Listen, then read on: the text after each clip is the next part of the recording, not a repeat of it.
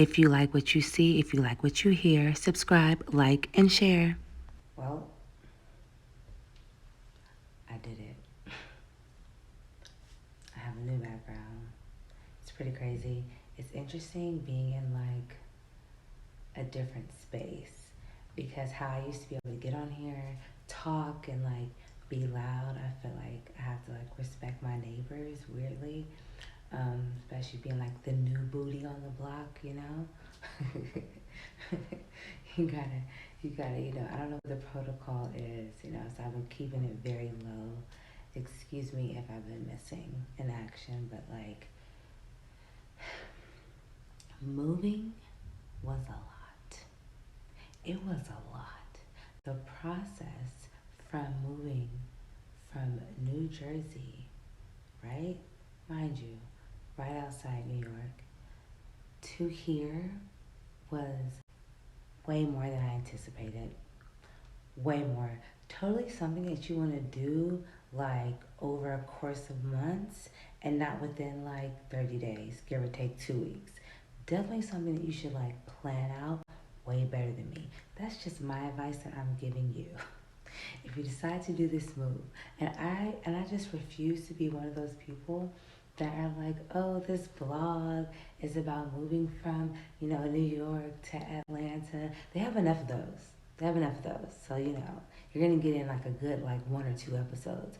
But I am gonna tell you about my experience because I was already doing that when I was in New York. So I'm not gonna stop. Not in this land of all this content. Oh my God, my first night. My first night, I was reminded that security thinks that they run this world. I was reminded that New York is not the only people with this problem of security that feels like they can say what they want, do what they want, act how they want, and professional is not one of them. Professional is not on the list. Really, really hate to do this. All right, y'all. So first night out here in Atlanta, and I'm showing this restaurant here. As this gentleman advised me that he wasn't gonna go get the manager and not tell me who he was. Welcome to ATL.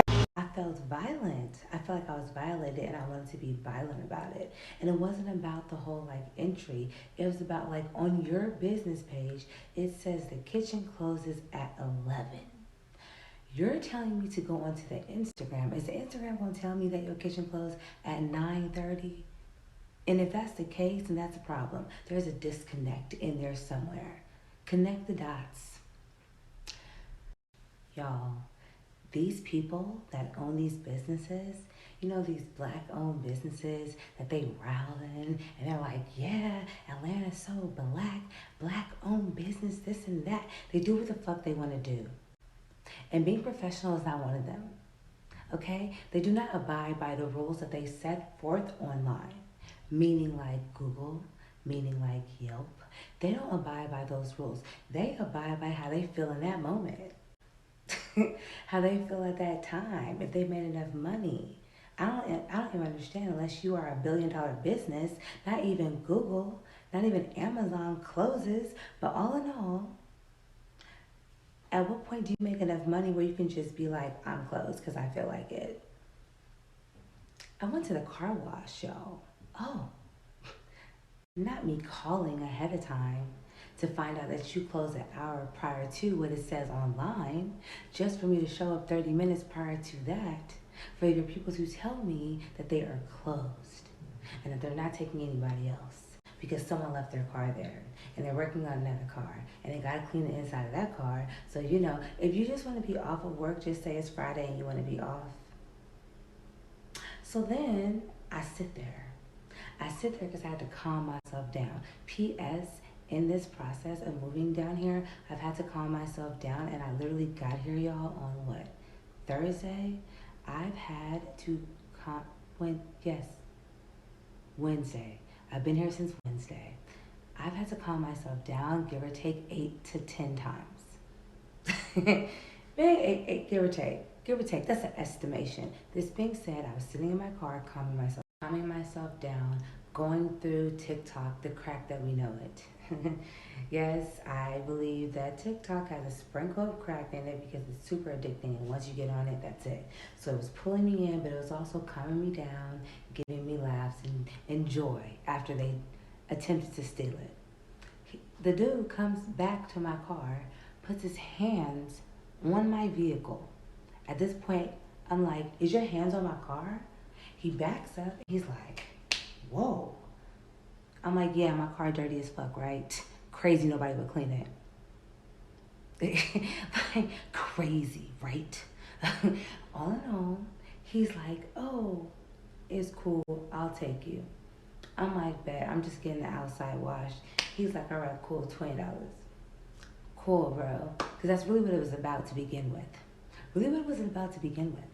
You wanted a little extra money, and you wanted to charge me off the clock hours, you know? Like you wanted to charge me like, oh, this is overtime. So let me get my overtime for you. That, go ahead and take the fucking overtime, bro. In the interim, I gave you my $20 to wash my car. Now you want my number? You want my number? You want my number? Really? Really? How about no? How about sexual harassment 101 of customers? How about I don't want to go to the gun range with you? Y'all, he went from like, you should go to the gun range, like, you know, in your spare time. I was like, okay, cool, duly noted, you know, I'll check it out. He was like, yeah, you know, like, I got like a membership there. Like, oh, that's cool. He's like, yes, if you ever want to go, like, just let me know. Also, I work there during the day, so like, no, you don't have a membership there. You're an employee and you have an employee discount. You don't have a membership there. You don't. And no, I don't want to go with you to hang out at your job because I met you at this one. Sorry.